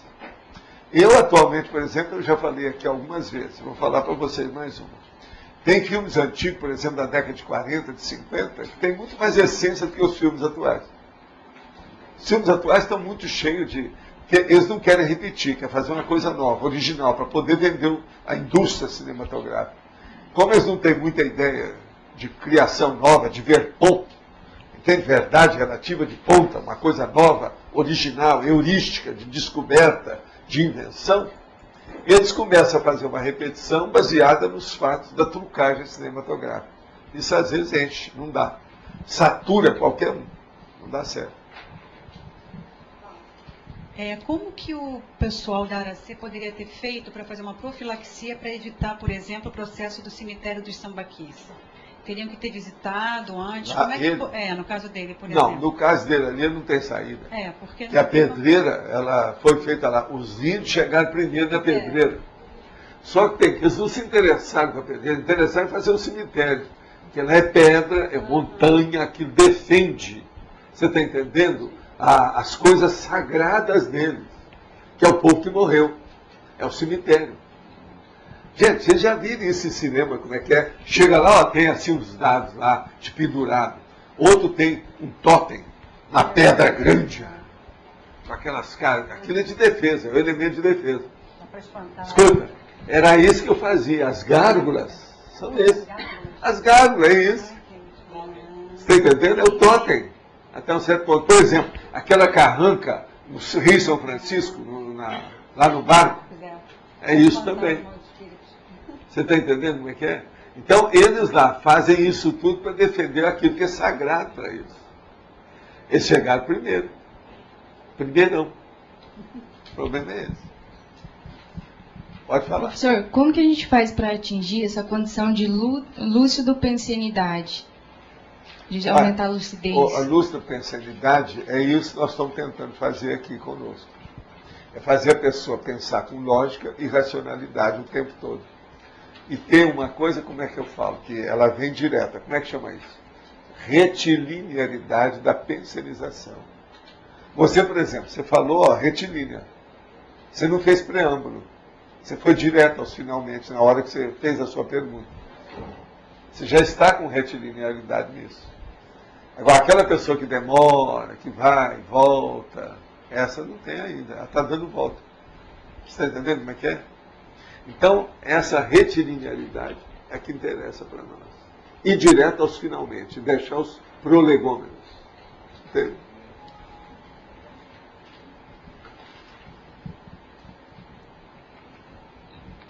Agora, o caso todo é o seguinte, o povo que tem que falar tem que pegar o microfone. Só tem dois, então de vez em quando precisa de falar onde é que está o microfone. Professor, o senhor já teve que tomar decisões, por exemplo, que teve que usar o caso do parapsiquismo, aquela questão da eutanásia, lá no processo, né? Então essas decisões, essas soluções são decisões bem mais difíceis de serem tomadas, né? Somente com parapsiquismo nesse caso, ou o senhor poderia tomar aquela decisão ali também pela lógica? Uma pessoa só deve colocar, quando entra o processo de parapsiquismo, é aquilo que eu falo, tem um princípio para isso. Parapsiquismo, a pessoa só deve colocar a banca se ela tiver competência. Senão é melhor deixar para outro. É melhor analisar a lógica, o contexto que você consegue enxergar e ter vivência sobre aquilo. Parapsiquismo não pode brincar. Por exemplo, esse caso lá, Espírito Santo, não é qualquer pessoa que deve ir lá. Eu já falei para ele sabe disso. Não pode levar criança lá, mulher que chora quando vê novela de televisão, homossexual, que às vezes eles são muito excitados, isso não é bom. Porque senão ele chega lá e passa para o lado dos... entende? Aí piora tudo, né? Tem que ir com calma. Então o ideal lá é arranjar gente que entenda o estado vibracional, de energia, pessoas adultas, maduras, conscientes do que querem. E elas vão superar isso tudo. Porque muitas vezes aquilo que você acha que é uma solução é um problema maior ainda, né? Se você... Não, se você quiser arranjar uma solução ilógica, irracional, piora tudo. Ali tem que pensar muito, tem que escolher o povo todo que vai entrar nisso. Uma coisa também que talvez, seria bom você evitar, é levar gente muito jovem, adolescente, que às vezes vocês têm operários que são muito novos, não tem? Evita isso. Uma pessoa de mais idade, são mais assentadas, é melhor. Eu tinha 21 anos só, pois é. Porque eles são afobados, são afoitos, são impulsivos. Lá é um local que atualmente não deve ser, até a coisa deslanchar, não pode ter impulsividade. Tudo tem que ser pensado, olhado. Mas olha, se dotar disso é uma anti-estigmatização, isso tem que ser feito. Se não fizer, outros vão ter que fazer.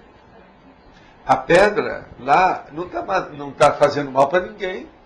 Então isso é um processo banal de criança. Mas para eles aquilo é muito importante. E tem que respeitar esse processo da criança. É o que eu falei. Ali é o jardim da infância. É a creche. Você tem que entender um pouco do jardim da infância. Mas assim, na questão da prioridade, porque eles estão com muito trabalho, imagino, lá na área C. Tem a empresa deles, então a viabilidade... Não, mas isso aí é empresa particular, não tem nada que ver com a área C diretamente. Não, mas assim... Eu estou acompanhando isso há muito tempo. Estou falando como estudo de caso, assim, para a gente Pois analisar o agora, raciocínio. se ele mudar o flanco da abordagem, sabe? O approach, o enfoque, vai ser por outro lado, em algum outro lugar, às vezes está longe disso. Aí vai mexe conseguir. com o cemitério. Vai eliminar a influência. Porque esse cemitério não pode estar circundando a montanha toda. Isso não tem.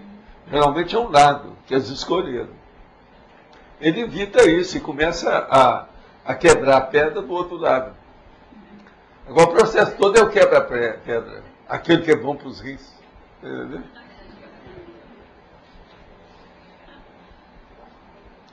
O chá de quebra-pedra. Esse é o caminho.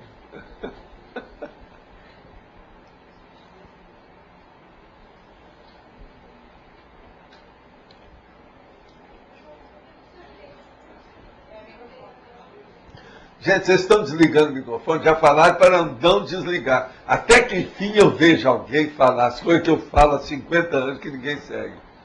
Eu nunca desligo o microfone. Mas fala. Só para saber a classificação, aqui está colocado como especialidade a autodecidologia. Sim. Que é o enfoque que o senhor está querendo dar, né?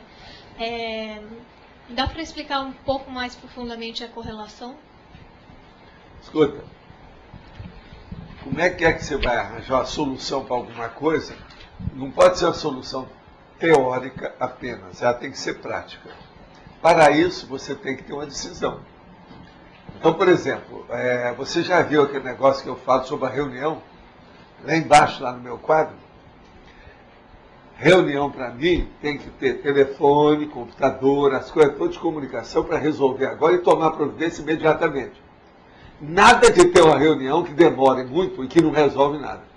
Tem que resolver e começar a funcionar a partir dali. Por exemplo, a melhor reunião que tem é aquela minha com a turma que estava resolvendo os processos para fazer a consim prática, objetiva. Então eu cheguei na reunião e tinha uma pauta enorme, sabe? Mais ou menos assim, acho que era 9 itens. Eu cheguei e falei assim, olha, eu posso falar antes um pouquinho, que pode ser que assim a gente até alivia vocês. Aí eu falei assim, olha, nós já achamos um lugar, já ofereceram um lugar em Foz do Iguaçu para a gente fazer a SOCIM Conscienciológica, que é a Sociedade Intrafísica da Consciência. Agora, vocês têm que ir lá imediatamente. Aí o povo só fez assim, fechou tudo. Então vamos lá agora! Acabou, fechou aquilo. Essa que é a solução, é assim que eu entendo reunião. Então, por exemplo, eu abortei um monte de teoria, de debate à toa, de perda de tempo, de energia daquele povo todo. Agora, veja bem, eu não vi de cara aqui, não. Eu já conhecia a cidade. Mas eles vieram. Você sabe dessa história, né? Agora o povo todo reuniu, deu aquele entusiasmo, todo mundo saiu de lá e veio para cá. Você falou, o pessoal não entendeu, continuou, daí você levantou, assistiu, olhou na frente, escuta essa mulher aqui, que era Ivani, né? A Ivani. Você estava lá na hora? Pois é. Tinha mais gente aí. Você também estava lá. O Chico está lá também. O Chico desde a primeira hora comigo. Porque o pessoal queria curtir o trabalhão que teve para fazer essa proposição, eles queriam apresentar para você. Foi. Eles queriam fazer tudo. E agora aquilo nichou a parede, como eles falam. Abortou tudo. Isso é que é o ideal em matéria de reunião. Quer dizer, na verdade, eles vieram fazer uma reunião aqui. Então vieram ver que era uma chácara, vieram ver como é que era, etc. Tal. E começamos as tratativas da coisa. Já quando eu vim aqui, já de cara, já foi para abrir tudo, dar um jeito em tudo. O Moacir veio para cá e a coisa foi. E vocês vieram, a reunião continuou lá em Curitiba com alguns. Foi, alguns ficaram lá. Era um encontro, Era um encontro do Brasil inteiro. Tinha gente já até no exterior. Era um encontro grande.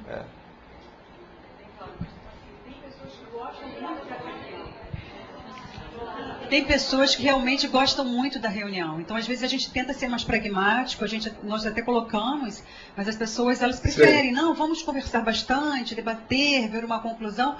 Quando você vê, passou 2 horas, entende? Mas o problema quando é assim, as pessoas práticas, assim, então, vocês ficam aí discutindo, vai lá para aquela sala, discute lá. Nós vamos resolver os casos. Foi o que ocorreu lá. Acontece muito. Bobagem. O essencial, o prioritário é que tinha que ser atendido.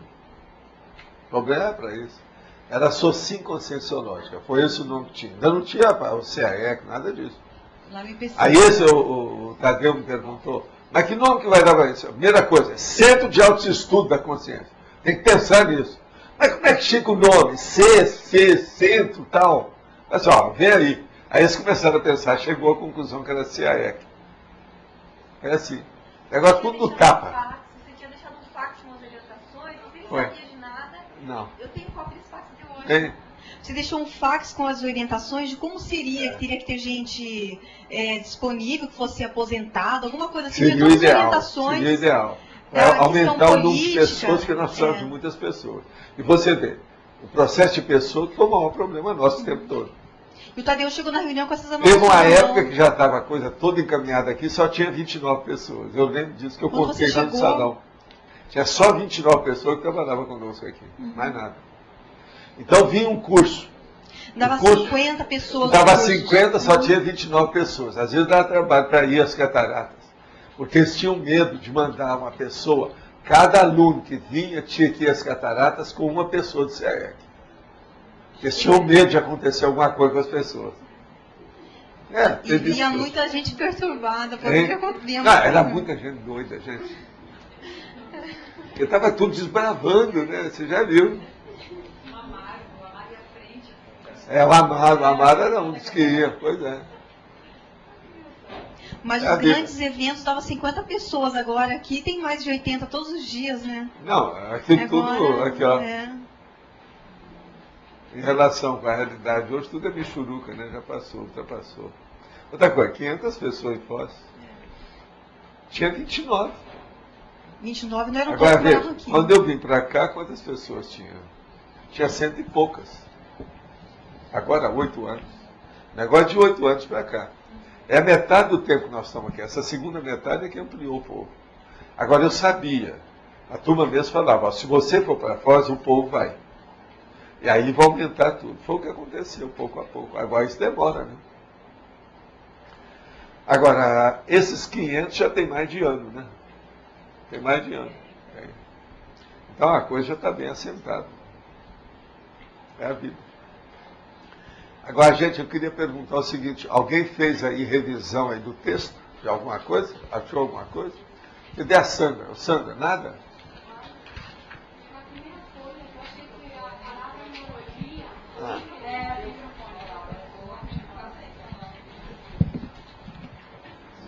Neologia? Eu achei que no item neologia da primeira folha, a neologia ele está mais pequeno que os outros itens na letra, parece mais pequena.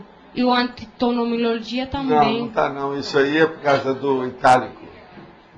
Está normal. Não tem nada não, está bem. Isso é itálico. Bom, na interdisciplinologia, em função de tudo que foi levantado aqui, é possível de ser incluído para profilaxia. Nós temos que incluir 3 para dar certo. Então vamos pôr para profilaxia. O que mais? Priorologia. Aqui, ó, ela já deu um palpite aqui também. Eu estou deixando para vocês fazerem. Autopriorologia. Já pôs aqui, ó. Autoprofilaxia. Colocou. O que mais? Fala outra. Vamos ver se vai dar certo. Pré-cogniciologia. Não. Ela pôs autorracionologia. E também outra. Essa está mais séria.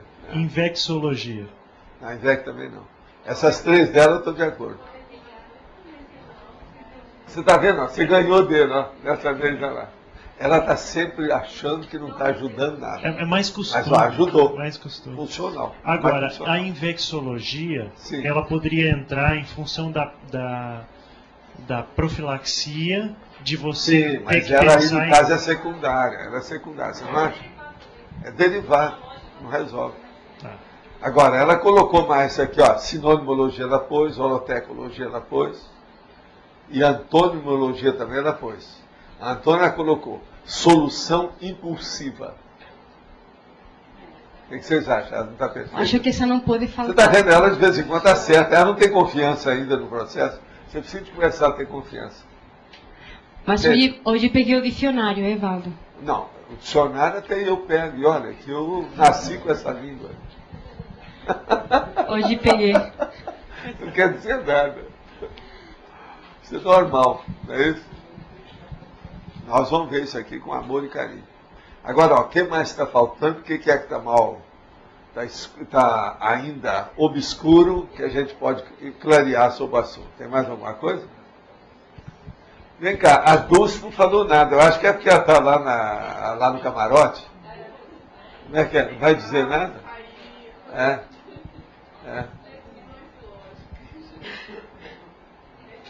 Não, gente, eu saí, cheguei tarde, pô, o microfone pra Ninguém confessar quer pegar eu. o microfone agora tá. Não, tá muito por sério. isso não. É isso?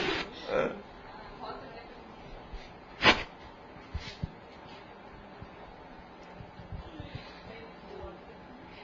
Eu queria entender melhor o que é a última fatologia, a aceitação lógica da Verpon. Porque a Verpon já é a provável verdade, né? Derivada da verdade lógica. Mas a aceitação lógica. O que é aceitação lógica? A Verpon lógica? ela tem um aspecto difícil, que é a coisa nova. A coisa nova sempre cria problema, porque às vezes ela não se encaixa no já existente. Então tem que ter uma aceitação lógica disso. Primeira coisa, onde é que entra essa novidade? Há cabimento para ela? É o encaixe dela, né? Ou ela vai entrar dentro de um corpo estranho, como um corpo estranho aqui dentro. Esse corpo estranho que não pode ter. Então tem que ter lógica para ela não ser corpo estranho. Faz lógica? Tem alguma lógica para você? Tem lógica, é uma solução lógica. Agora, essa solução lógica é a solução que faz sentido. Porque eu vi falando, faz sentido para você? É a solução que faz sentido. Tem lógica? Faz sentido? É racional? Corresponde aos fatos? É assim que eu pergunto aqui sempre. Esse é que é o caminho do processo democrático. De modo que não tem outro jeito. Agora só me conta uma coisa. O Jarbas não falou nada hoje. Por quê? O microfone quase não veio para esse lado, né? Ô Jarbas, vamos ver. O que há? Lá, outra que calou. Olha lá, está até triste lá no canto. Olha lá. Está sem microfone. Agora, então, nós temos a turma de microfone e a turma sem microfone. Professor Valdo, a gente pondera mais a pergunta.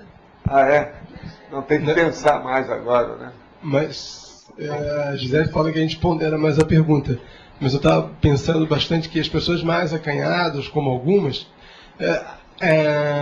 pelo fato de o microfone ter que ser solicitado, chegar até elas vão ficar mais acanhadas. Mas é bom, porque é uma oportunidade de vencer. Mas eu, qualquer coisa, a gente toca o microfone na cabeça da pessoa.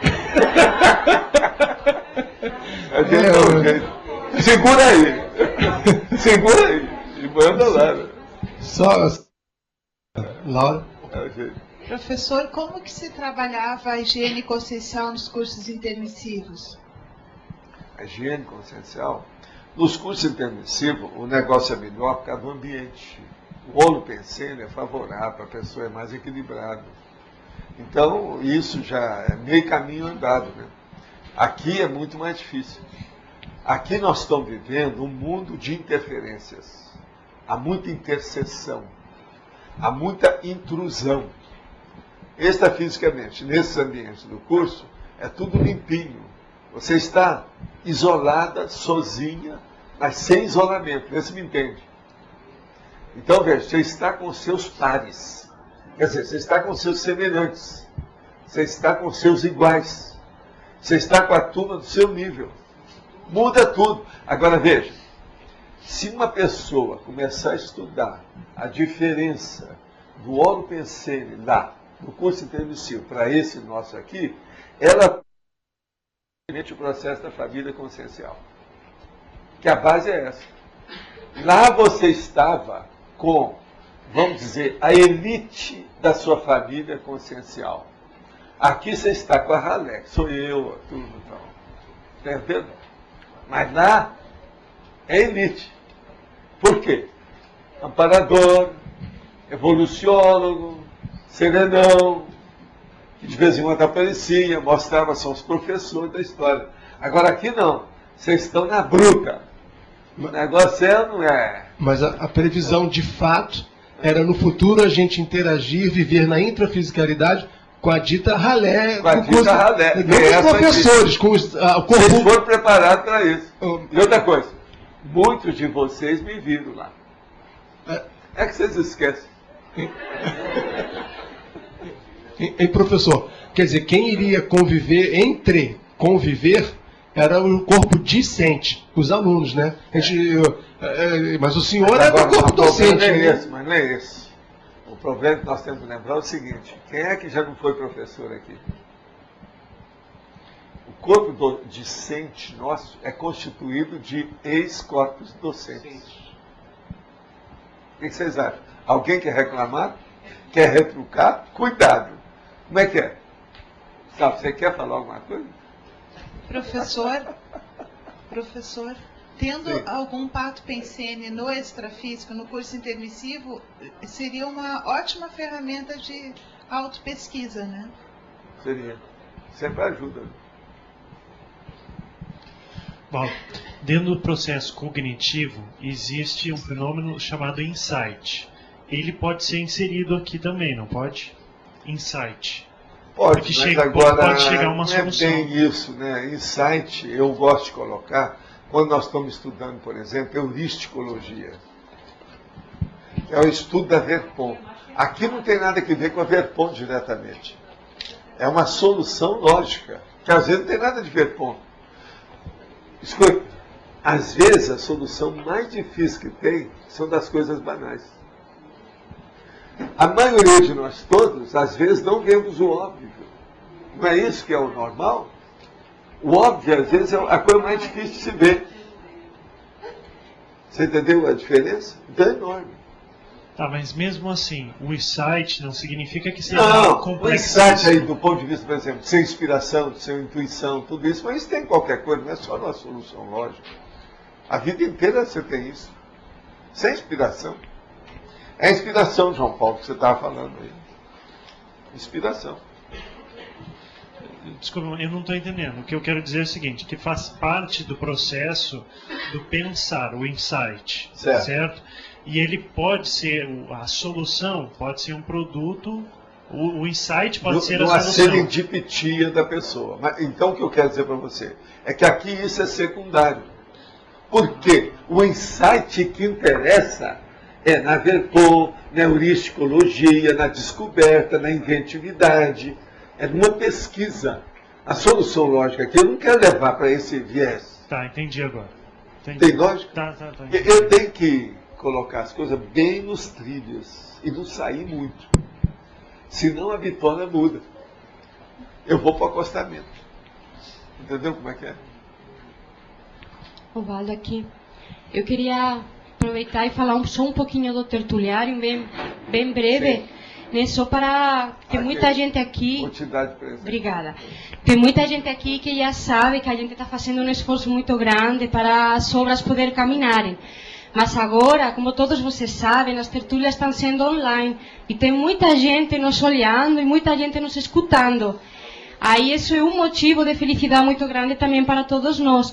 Até eu queria aproveitar e falar assim, que a partir de agora que a gente está fazendo todo tipo de questionamentos com o microfone, a pessoa que fique um pouco mais acanhada, ou, não vou perguntar, tem que pegar o microfone, tem que esperar o microfone ligar até aqui, essa pessoa não está dando a oportunidade daquele pensamento que ela está tendo, aquela questão, esclarecer alguém que está ao outro lado também. Então, na hora que vocês ficarem mais acanhados, pensem também que tem um monte de gente nos olhando pela internet, e que são pessoas que estão muito desinformadas e muito pouco atualizadas de tudo que está sendo feito aqui. Então, eu acho que é um trabalho de todos falar, perguntar, questionar e fazer a tertúlia cada vez mais rica.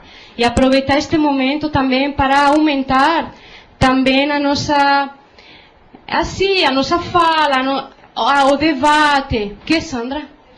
E a nossa interlocução. Eu faço um convite a todos vocês para se esforçar mais com isso. E aí também, só lembrar, a obra está caminhando muito rápida. O arquiteto Everton, nosso voluntário, falou hoje que a obra está sendo assim, está muito acelerada, estão levantando o chão, colocando o negócio no chão. Tem assim, só para complementar, as fundações estão prontas, nós estivemos lá hoje, os pilares estão subindo, e segundo o Everton, Sapata é maravilhosa. Eu não entendi muito bem o que é Sapata, ele disse que é divina, maravilhosa, está perfeito. É a base de tudo. Ele falou que está muito bem feito, e a gente está convidando para que todos vocês vão até lá visitar. Tudo realmente acelerada a obra do Tertuliário. Então, o Tertuliário está andando, já tem energia, já as fundações já estão, as bases já estão intrafísicas, já estão mais solidificadas. E a gente ainda tem que continuar oferecendo nossos tijolos, né? Cada tijolo tem um preço de R$50 e ele é equivalente a 180 tijolos reais para o Tertuliário. Então, estão aqui, a gente tem ainda bastante para ser vendido. Se tiver alguém de vocês que está viajando, que vai fazer uma itinerância, também pode levar, pode pedir na Megastore, levar uma quantidade e tentar vender também, onde ele estivesse dando aula ou na cidade que ele fosse, tá? Vamos fazer um esforço, porque se a obra continua tão rápido, vamos ter que parar de novo, até a gente ter dinheiro para uma segunda etapa. E eu acho muito sério a gente não parar. Tá? E nós chegamos à metade, mais ou menos, que são R$400 mil. E lembrando que quem está online pode entrar em contato com a gente pelo endereço, né, Chico? E se quiser colaborar, fazer alguma doação, quiser saber de que forma vocês podem participar, então entre em contato com a gente. E também não esqueçam que online vocês podem fazer pergunta. É só mandar a pergunta direcionada aqui para a gente, que a pergunta é feita na hora e o professor Baldo responde na hora e não depois, tá certo? Obrigada da atenção. Obrigada. Acho que podemos fazer... Olha, eu só queria falar uma coisa, Leonardo. Nós queríamos pedir para você, que a gente observou, a Flávia observou, eu também, que o pátio aí não está cabendo mais os carros.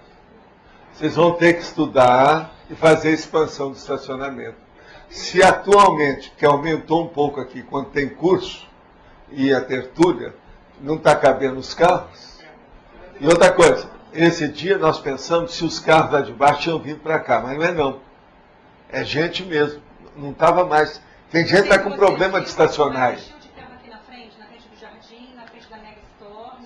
Agora, ó, eu só peço uma coisa, que existe aqui uma regra, desde a época da cooperativa.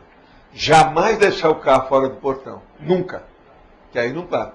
Então, ó, você observa isso para nós, vê como é que pode fazer a expansão desse pátio. Esse pátio de estacionamento aí, não tem jeito. Agora, por favor, não derrube a ar para fazer o estacionamento. Confio em você, hein? Confio em você. Tá. A solução... Aqui, hoje você sabe, o verbete aqui é solução lógica. Então tá bom. Agora todo mundo está acompanhando, todo mundo, a situação está brava, tá certo. Agora, ó, eu quero dizer para vocês o seguinte, principalmente para a turma de fora, que no próximo domingo o tema vai ser erro crônico, para a gente estudar. E que hoje nós temos 13 verbetes. 3 são verbetes novos e 10 são dos antigos. Eu dou para quem?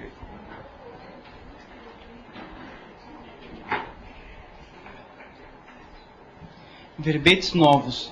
Ambílevo. Dupla acumulação. Primoponente. Verbetes antigos. Diferença semântica. Heteronomia. Operação. Peça única. Prerrogativa. Pseudoprofundidade humana. Relatividade. Soma. Taxologia da segurança e usabilidade. Pessoal, a Cristina da cá que vai dar um recado, não? E depois o Gustavo está aí. Então, depois do Gustavo, tá, Délio?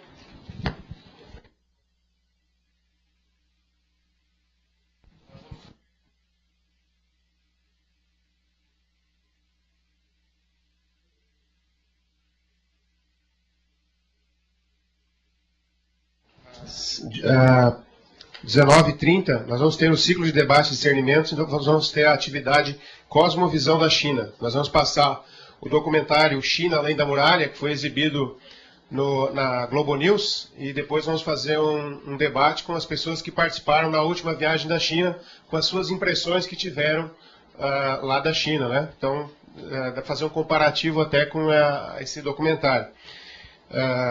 Depois nós vamos ter